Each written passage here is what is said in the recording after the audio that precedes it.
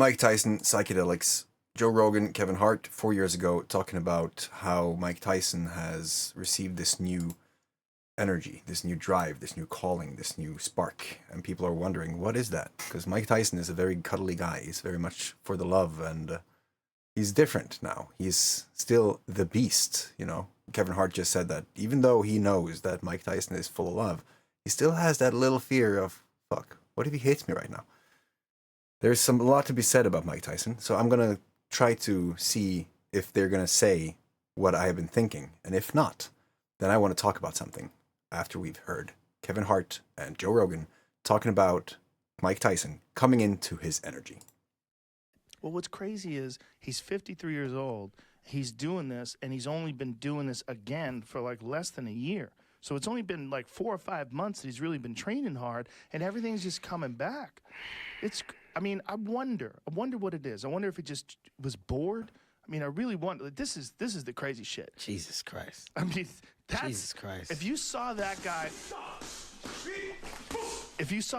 training and he was a 22-year-old kid, you're like, man, this motherfucker's going to be something. Because he's just got an intensity that you rarely see from any fighter. There's a fury that burns inside of him that you can't manufacture that. You either have that or you don't. And he found a way to reignite it. I swear you beat me to it. Yeah. You beat me to it. But isn't that what we hope for, or we hope that we get. I think at that age 50, that's a very pivotal. How do you say that word, guys? Pivotal. Yeah. Pivotal, right? Yeah. That's a very pivotal point in your life, because from when you're born to 50, that's okay. All my years of fun are out the way. My craziness, my growth, my maturity, and now I'm supposed to start to be a little complacent. And I'm now at that hill where I'm looking on the other side of life. Like, now it's time to go on that other side. And when you're on the other side, even if you're still on a high about living and about career and everything, you're on the other side. It's a different thing when you're on the other side. I made it here. Now, how many more years? It's a blessing to get more time after this, because I made it to the top. And now, on this other side, is it relaxing? Is it not? Am I comfortable? Am I a little depressed that I'm getting old? Am I not? Whatever those emotions and feelings are, they're real. And a lot of people experience and have them. So to find something else to make you go, I'm ready again. Will Smith did it. Will Smith kicked in. Yeah. Will Smith, something clicked. Something clicked on Will Smith. For years, Will Smith wasn't around, and Will will talk to you. Will talk to you, Will tell you. But something clicked, and he said, at this age, at 50, I'm going to go get it again. I'm going to go after it again, because I can. Like, it's something in there that Will Smith realizes that he has. And at any given moment, I can. And that's what Will Smith showed us.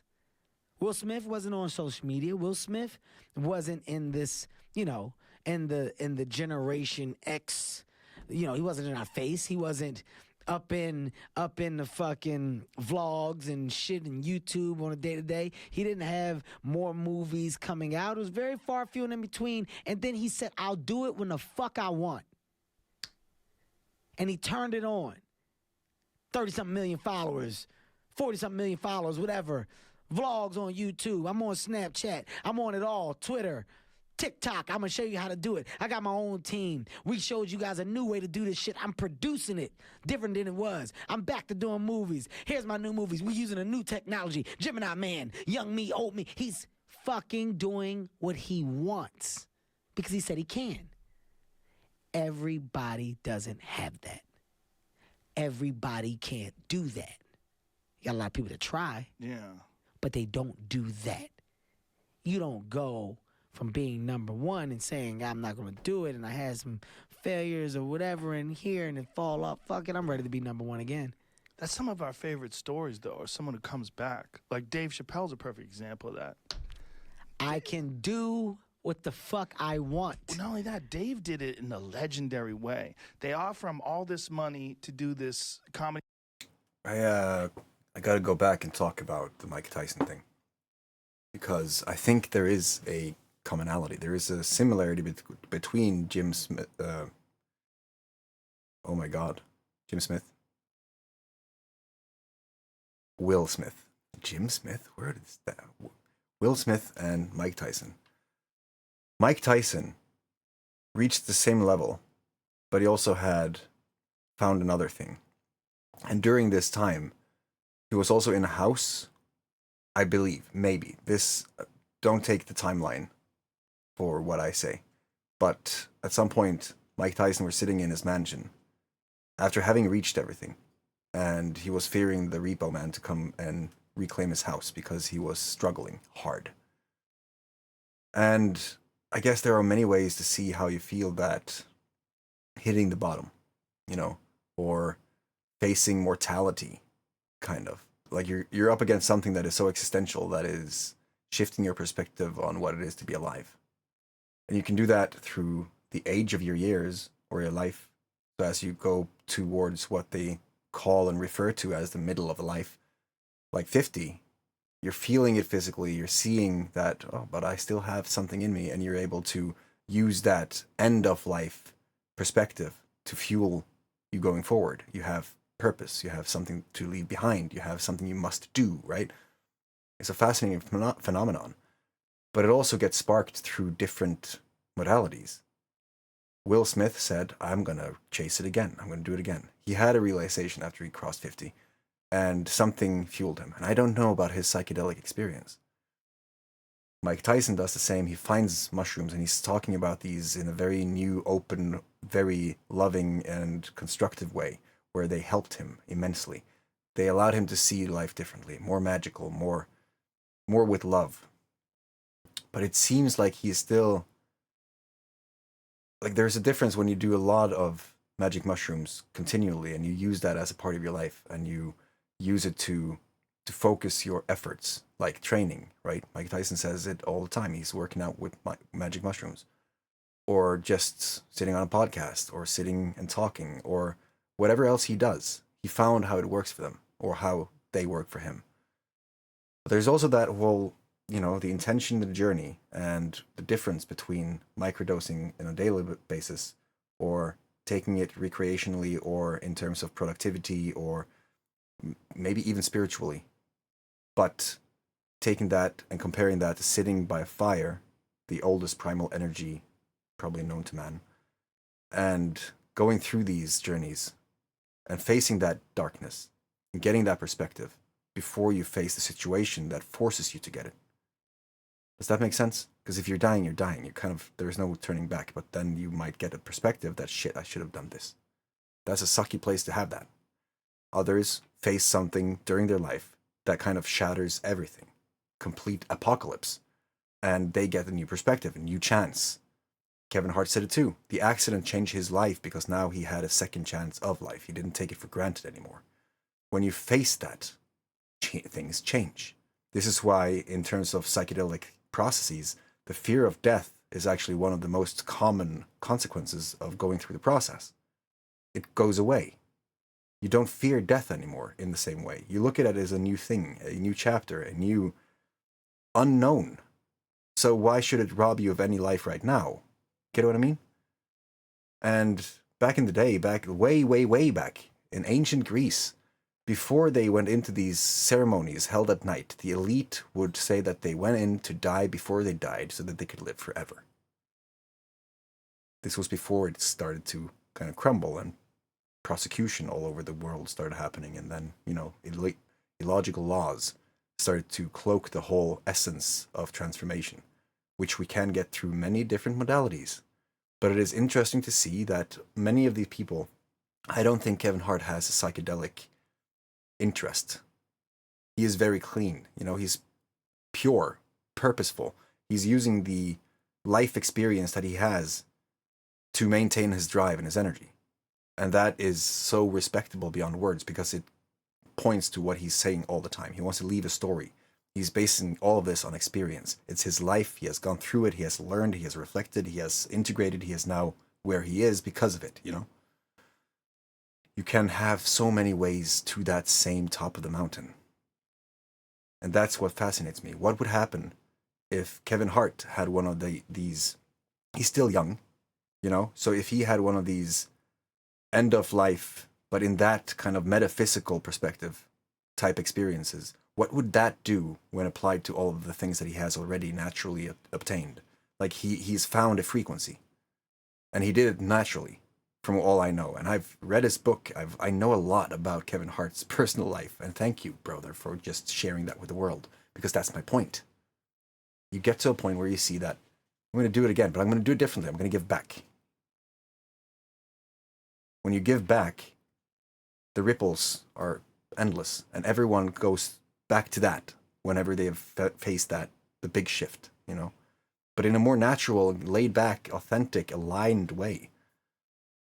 It's the present happening every single present moment, and everything is possible from that state. And because of that, there's no need to kind of push and sacrifice and create imbalance in things that doesn't need it, you know, because there are so many ways to obtain freedom in this world that it's just stupid not to. That comes from seeing that you can. And seeing that you can requires that you also do it. But people don't do it because it's a scary thing. To go through that uncomfortable thing, to go out of the comfort zone.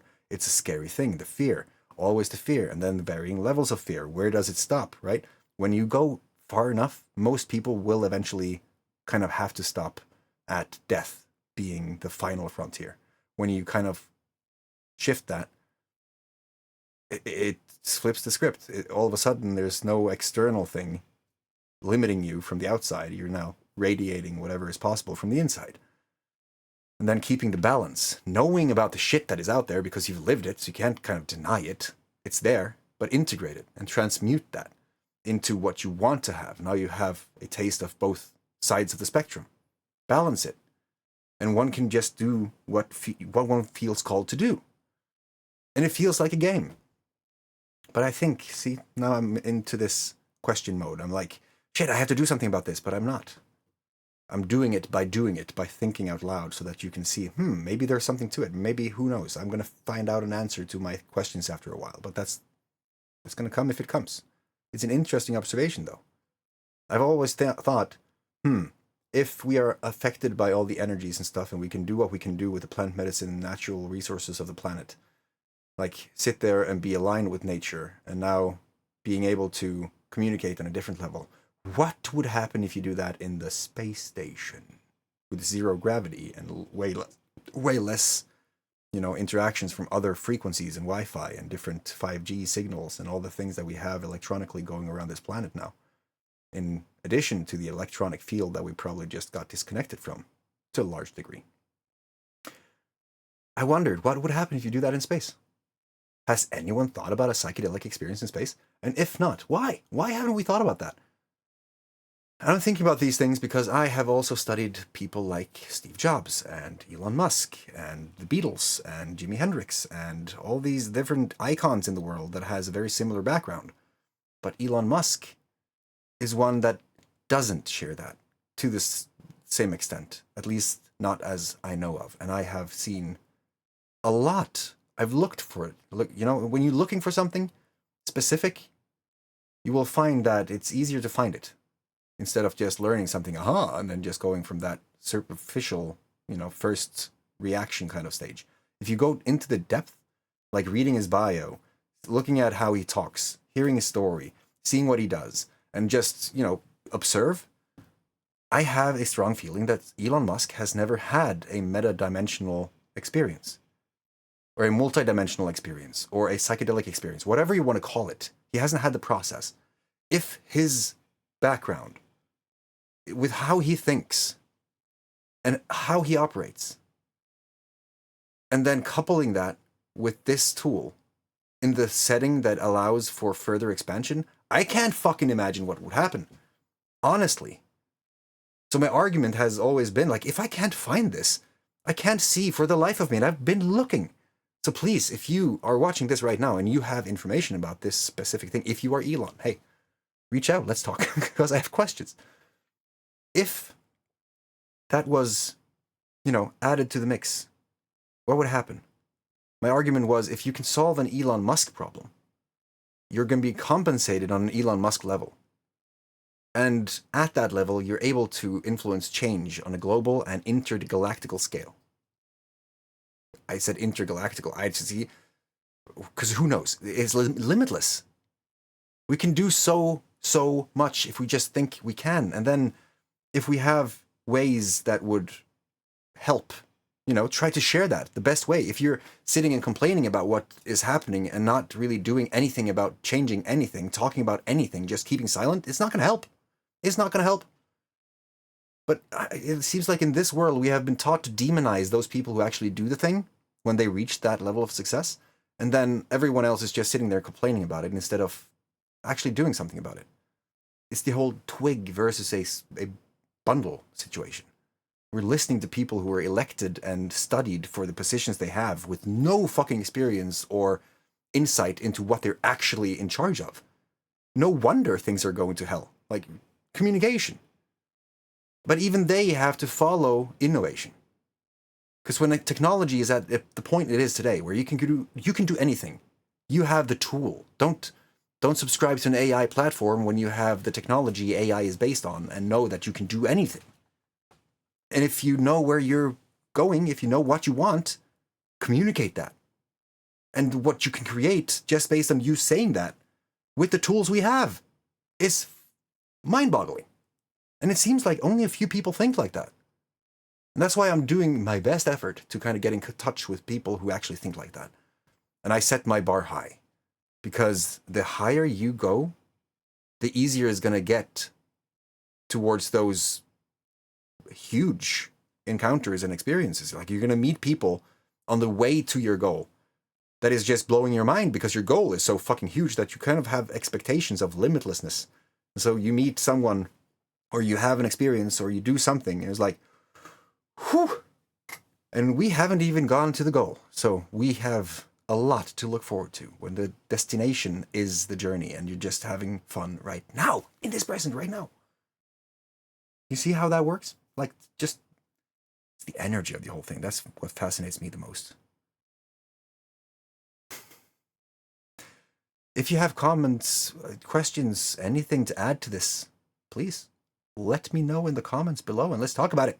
If you are Joe Rogan, Kevin Hart, or Elon Musk, I would very much like to talk to each and every one of you. If we could do that around a table, that would be freaking insane. I think that would be very interesting because I think there's a lot of perspectives in each of these containers that would really expand drastically if shared in the right setting. Do you know what I mean?